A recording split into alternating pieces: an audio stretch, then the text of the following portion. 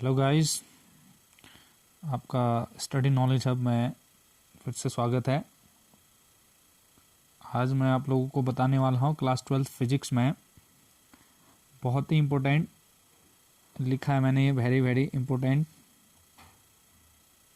Numericals अंकित प्रश्न वैद्युत विभव वाले से। एक इम्पोर्टेंट प्रश्न, हर साल एग्जाम बोर्ड एग्जाम में पूछने वाला प्रश्न। जैसे कि आपके बोर्ड एग्ज़ाम का भी डेट आ चुका है, 16 मार्च से लेकर 4 अप्रैल तक आपका बोर्ड एग्ज़ाम होगा। तो आज से इसी प्रकार से वीडियो आते रहेंगे, इंपॉर्टेंट क्वेश्चन सीरीज चलते रहेंगे। जैसे क्वेश्चन नंबर है इंपॉर्टेंट जो क्वेश्चन बोर्ड एग्जाम में पूछे जाते हैं उसको मैं सॉल्व कराऊंगा। यहाँ पर प्रश्न लिखा है, √2 मीटर भुजा वाले वर्ग के प्रत्येक कोने पर 100 माइक्रोकूलाम के वैद्युत आवेश रखे गए हैं। वर्ग के केंद्र पर परिणामी वैद्युत विभव ज्ञात कीजिए। तो क्वेश्चन है, √2 मीटर भुजा वाले वर्ग के प्रत्येक कोने पर 100 माइक्रोकूलाम के वैद्युत आवेश रखे गए हैं, तो उसके केंद्र पर परिणामी वैद्युत विभव ज्ञात करना है। तो चित्र की ओर जाते हैं। डायग्राम में एक वर्ग बना है। वर्ग के बारे में आप लोगों को पता होगा। वर्ग किसे कहते हैं? जिसकी सभी भुजाएं क्या होते हैं? समान होते हैं। और वर्ग में 2 विकर्ण दिखाए गए हैं। जैसे वर्ग है ABCD, विकर्ण AC और विकर्ण BD।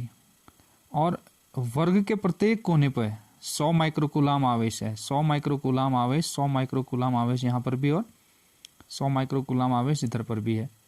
और वर्ग है तो सभी भुजाएं सेम होंगे। √2 मीटर भुजा, √2 मीटर और ये √2 मीटर हो गया। अब हम सॉल्व करते हैं इस प्रश्न को। तो सबसे पहले हम ज्ञात करेंगे इसमें इसका विकर्ण का मान, क्योंकि हमें भुजा तो दे रखी है लेकिन इसमें विकर्ण नहीं दिया गया है। ठीक है, तो विकर्ण या तो हम निकालेंगे AC निकाल सकते हैं विकर्ण, या VD निकाल सकते हैं क्योंकि 2 विकर्ण है। तो AC निकालेंगे तो हम, ये एक ट्रायंगल बनना है, त्रिभुज ABC। तो AC बराबर कहेंगे तो इसमें पाइथागोरस थ्योरम हम यूज कर सकते हैं। AC का वर्ग बराबर AB का वर्ग धन BC का वर्ग। ठीक, तो पाइथागोरस प्रमेय यहाँ पर लगाएंगे हम। तो इसमें हम लिखेंगे सबसे पहले विकर्ण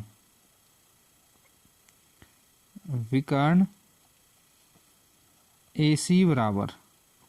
ठीक, अब पाइथागोरस प्रमेय थोड़ा इसको हम सूत्र नहीं लिख रहे, सीधे सॉल्व कर रहे हैं। तो AC का स्क्वायर हटेगा तो यहाँ रूट आ गया।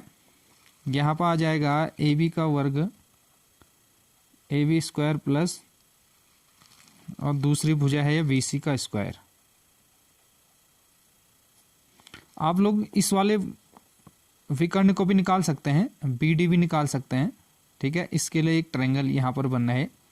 ठीक, तो मैं विकर्ण AC निकाल रहा हूं। तो AC बराबर AB की वैल्यू है √2 का वर्ग हो जाएगा, प्लस BC की वैल्यू भी है √2 का वर्ग हो जाएगा। तो AC बराबर हो जाएगा, रूट के अंदर सेम रूट वर्गमूल के अंदर 2 है तो वर्गमूल हट जाएगा वर्ग होते टाइम, तो यहाँ पे 2 हो जाएगा, यहाँ पर भी क्या हो जाएगा? 2 हो जाएगा यहाँ से। तो AC बराबर हो जाएगा √4, और √4 का जो मान होता है वो होता है 2। तो यहाँ पर आ जाएगा विकर्ण आ गया, विकर्ण AC बराबर आ गया 2 मीटर। ठीक, अब हम निकालेंगे विकर्ण की भुजा दे रखा है, जैसे AO या OA, OD, OB और OC। तो AC विकर्ण है तो इसके लिए OA कैसे निकालेंगे, ध्यान देना। तो OA बराबर हो जाएगा, चाहे OA हो, ठीक, या OC हो।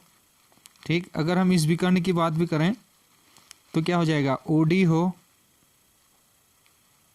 या हमारे पास आ जाएगा OB हो। ये सब वैल्यू सेम आ जाएगा। तो AO हम निकाल रहे हैं, तो AO हो जाएगा, ये हो जाएगा हमारे पास 2/2। ठीक, क्योंकि ये विकर्ण का आधा हो जाएगा, ये विकर्ण 2 है तो उसका आधा हो जाएगा 1 मीटर। मतलब ए ओ ए सब एक साथ निकाल दिया मैंने। ओ ए हो चाहे ओ सी हो चाहे ओ डी हो या ओ बी हो, वो सारे कितना आ जाएगा, उस सभी वैल्यू कितनी आएगी, उसकी मान कितना आ जाएगा यहाँ पर 1 मीटर आ जाएगा। ठीक है, क्योंकि अभी हमने ये वाला विकर्ण निकाला है, अगर ये निकालते हैं इसका मान भी वही आता, √2 का वर्ग हो जाता है, यहाँ पर भी √2 का वर्ग हो जाता है और आता उतना ही 2 मीटर ही आता। ठीक है, तो अब देखेंगे आगे। चूंकि सभी आवेश समान है, वो आपको पता है क्योंकि प्रत्येक कोने पर सेम आवेश है 100 माइक्रोकूलाम का, तथा प्रत्येक आवेश की केंद्र ओ से दूरी समान है। देखिए मैंने निकाला है ओ ए ओ सी ओ डी ओ बी बराबर 1 मीटर।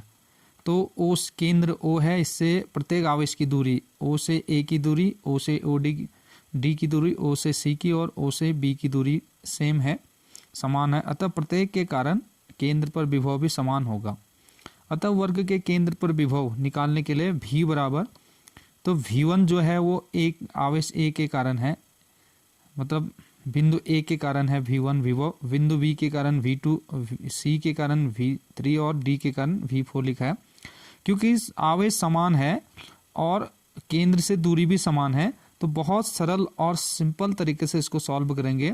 बशर्ते आपको फॉर्मूला पता होना चाहिए किसी बिंदु आवेश के कारण वैद्युत विभव का फॉर्मूला।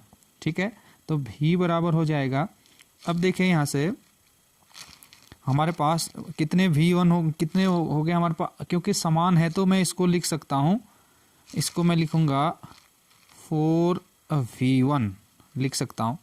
ठीक है, क्योंकि आवेश ऊपर लिखा है मैंने समान है, तो 4V1 हमारे पास आ गया ये। ठीक, तो V बराबर 4 आवेश, किसी बिंदु आवेश का वैद्युत विभव का सूत्र होता है 1/4πε0 Q/R। ठीक, तो V बराबर हो जाएगा हमारे पास 1/4πε0 का मान होता है 9 × 10⁹ ठीक, और आवेश है 100 माइक्रोकूलाम। ठीक, अब 100 माइक्रोकूलाम है तो 100 माइक्रोकूलाम को आप बदल भी सकते हैं और नहीं भी बदल सकते हैं। ठीक, इसको हम ऐसे रख देते हैं 100 माइक्रोकूलाम। ठीक, बट्टे R हमारे पास है 1। ठीक, तो V बराबर आ जाएगा 9 चौको 36 गुणा 100 गुणा 10⁹9। तो V बराबर 36 गुणा 9 2 0 10⁻⁴ में जाएगा तो 11 हो जाएगा। अब इसको मैं 36 को 3.6 करना चाह रहा हूँ, तो 10⁻1 बढ़ जाएगा, हमारे पास 3.6 वोल्ट हो जाएगा। यहाँ हमारे केंद्र पर विभव का जो फॉर्मूला है वो हमारे पास, या उसका जो मान है वो आ गया 3.6 गुणा 10⁻12 वोल्ट। अब 100 माइक्रोकूलाम है इसलिए नहीं बदला मैंने, क्योंकि माइक्रोकूलाम को सेम आवेश है, सभी आवेश समान है। ठीक, तो अब यहाँ पे समझना जरूरी है 4V1 क्यों लिखा है। आप लोगों को लग रहा होगा यहाँ तो V1 V2 V3 ऊपर मैंने लिखा है, उसी के आधार प्रत्येक आवेश का केंद्र से दूरी भी समान है और अतः प्रत्येक के कारण केंद्र O पर भी विभव क्या होगा, समान होगा। तो हमारे पास यहाँ से आ जाएगा 4V1 लिखा है। अब V1 मतलब ये सभी समान है तो एक ही मान रखा है मैंने, तो 4 से उसके बाद गुणा कर दिया मैंने। ठीक है, तो इस प्रकार से हमारा ये आंसर आ चुका है 3.6 गुणा 10⁻12 volt. Important question board exam के लिए है ये।